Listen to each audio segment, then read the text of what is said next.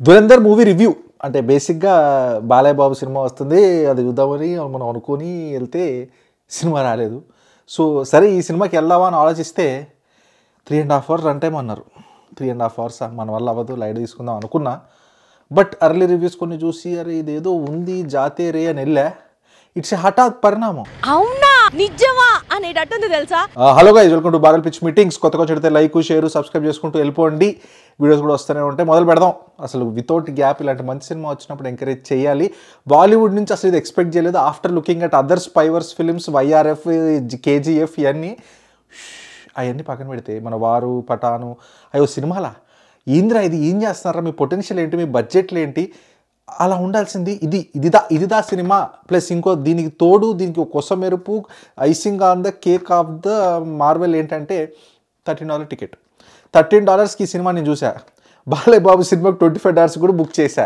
అలా ఉంది మన పరిస్థితి. ఇప్పుడు చెప్పండి, కమాన్, క్వాలిటీ సినిమానే కదా, ఇండియన్ సినిమానే కదా, ఎలా వచ్చారు తెలుసా థియేటర్కి. అసలు ఎన్ని షోలు, ఇలా ఎక్కడ ఏ థియేటర్లో ఏ షో చూద్దామన్నా బుక్డ్. ఆ టైప్లో ఎక్కడో ఫ్రంట్ సీట్లో కూర్చొని చూడాల్సి వచ్చింది నేను సినిమా. ఇవన్నీ కాదురా, ఏంటి సినిమా ఏంటి, యాక్టింగ్ ఏంటి అంటే రణ్వీర్ సింగ్ మాత్రం చింపి ఉతికి ఆరేసి గంజేసి ఐరన్ వేసినట్టు సాగు కొట్టాడయా. అసలు జీవిచ్చేసాడు. కళ్ళల్లో తెలుస్తున్నట్టు ఆ బాధపడ్డాయి ఏమైనా యాక్షన్ సీక్వెన్సెస్ కానీ చాలా చాలా క్లీన్గా వెళ్ళిపోయింది సినిమా. అండ్ ఈ సినిమాలో నాకు ఇంకొక నచ్చిన పీస్ ఏంటంటే hero is the man of the action of the animal kingdom కొండన కాకుండా ఒక మామూలు ఎంత బాడీ ఉన్నా ఏదున్నా మామూలు మనిషిలానే చూపించారు. అంటే తన్నులు బాగా తిన్నాడు, బొక్కలు ఇరిగేదాకా తిన్నాడు, చాలా న్యాచురల్గా ఫైట్లు తీశారన్నట్టు అనిపించింది. అండ్ ఫైట్ సీక్వెన్సెస్ కూడా చాలా అంటే క్రియేటివ్గా తీశారు. కానీ ఇంకా మళ్ళీ గాల్లో లేపి దడ కాకుండా ఒక సీన్ ఉంటుంది, రోడ్డు మీద రాకెళ్ళడం ఉంటుంది, కొన్ని షూటింగ్ సీక్వెన్సెస్, యాక్సిడెంట్లు, చేజులు చాలా బాగా తీశారనిపించిందండి. చాలా అరే ఇంత ఇంప్రూవ్ అయ్యామా మనం, అరే ఎన్ని రోజులు ఇలాంటి సినిమా చూసి ఇలాంటి చేజులు చూసి అన్నట్టు అనిపించింది. నాకైతే 3½ అవర్స్ లాగా అనిపించలేదు. కొంతమందికి అనిపించేమో కానీ నాకైతే అస్సలు అనిపించలేదు. నాకు అనిపించలేదంటే ఇట్స్ నాకే సర్ప్రైజింగ్గా ఉంది. వెళ్ళిపోయింది సినిమా అంతే. అరే ఇంకొంచెం ఉంటే బాగుంటుంది కదా అన్నట్టు కూడా అనిపించింది నాకు. ఎందుకంటే స్టఫ్ ఉందండి, ఫ్లఫ్ లేదు, స్టఫ్ ఉంది. ఎక్కడ ఏంటి ఎందుకు 10 years ఆఫ్ హిస్టరీ మొత్తం పాకిస్తాన్లో తీశారు. మళ్ళీ పాకిస్తాన్ కూడా చాలా పాకిస్తాన్లోనే తీశారు సినిమా. అది తీసుండరు ఆబ్వియస్లీ ఫర్ ఆబ్వియస్ రీజన్స్. కాకపోతే ఇండియాలో ఎక్కడ తీసినా మనం పట్టేస్తాం. అలా కాకుండా ఎక్కడ తీశారో తెలియదు కానీ బాగా తీశారు. ఒక పాకిస్తాన్ అలా ఇది ఎంతవరకు నిజమో ఎంతవరకు ఇమాజినేషన్ నాకు తెలియదు కానీ వాళ్ళ సిచ్యువేషన్ ఏంటి, వాళ్ళ పాలిటిక్స్ ఏంటి, అక్కడ గొడవలు ఏంటి, గ్యాంగ్స్ ఏంటి, ఇన్స్పైర్డ్ ఫ్రమ్ ట్రూ ఈవెంట్స్ నిజంగా కొన్ని జరిగినవి. కొంచెం ఆబ్వియస్లీ మూవీ కాబట్టి మిక్స్ చేస్తారు కానీ బాగా మిక్స్ చేశారు, బాగా చూపించారు. ఎక్కడ అతి లేదు, ఎక్కడ ఎమోషన్ పిండుదాం పిర్రలు గిల్లుదాం అన్నట్టు కూడా లేదు. అలా వచ్చి టచ్ చేసి వెళ్ళిపోయావా అన్నట్టు ఉంటుంది. అండ్ చాలా విషయాలండి చాలా చిన్నవి అనిపించచ్చు కానీ నేను ఇందాక ఆలోచిస్తుండే హెలికాప్టర్ సీక్వెన్స్ ఒకటి ఉంటుంది, మిలిటరీ చాపర్ టైప్లో ఏదో ఒకటి చూపిస్తారు సినిమా స్టార్టింగ్లోనే. అరే ఎన్ని రోజులైందిరా అసలు ఒక యాక్చువల్ రియల్ చాపర్ని చూసి. ఏమన్నంటే సీజీలు పెట్టి ఏదో చేస్తారు వేరే సినిమాలలో రీసెంట్గా, even Bollywood films.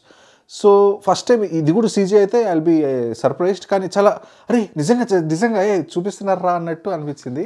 At the same time weapons కూడా కొంచెం అతైనా ఇంకా సర్లే వదిలేయచ్చు అన్నట్టు, మరీ అతి చేయలేదు, బాగానే తీశారు వెపన్ సీక్వెన్సెస్ కూడా. నెక్స్ట్ అండి అసలు ఆన్సాంబుల్ కాస్ట్ చూసి అబ్బా పెట్టారు, 10 మందిని తీసుకొచ్చి పెట్టారు. యానిమల్ సినిమా చూశాక యానిమల్ సినిమా చూసుకొని ఈడ గడ్డాలు పెంచి సేమ్ అదే దింపుతున్నారు అయ్యా అనుకున్నాం కానీ నోవేర్ నియర్ అండి.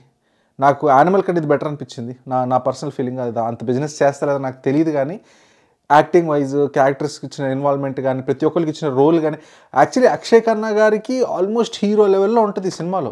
టైం కానీ లెంత్ కానీ క్యారెక్టర్ కానీ చంపేశారు అంతే. చాలా రోజుల తర్వాత చూసాం. Is a very good actor and మళ్ళీ ప్రూవ్ చేశారు. పేర్లు రాసుకొచ్చారు మళ్ళీ మర్చిపోతున్నాను.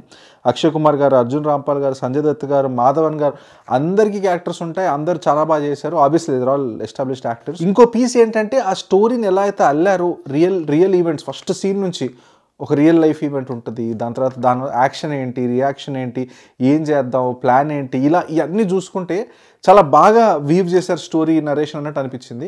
ఎస్ కొన్ని ఉంటాయి. నాకు కొన్ని ఏంటంటే ఆబ్వియస్లీ ఒక పార్టీ పవర్లో ఉంది, ఒక పార్టీ ఆపోజిషన్లో ఉంది కాబట్టి it is very easy to throw blame. వాళ్ళు ఇది నాకు ఫ్యాక్ట్స్ తెలియదు కాబట్టి నేను ఎక్కువ మాట్లాడట్లేదు.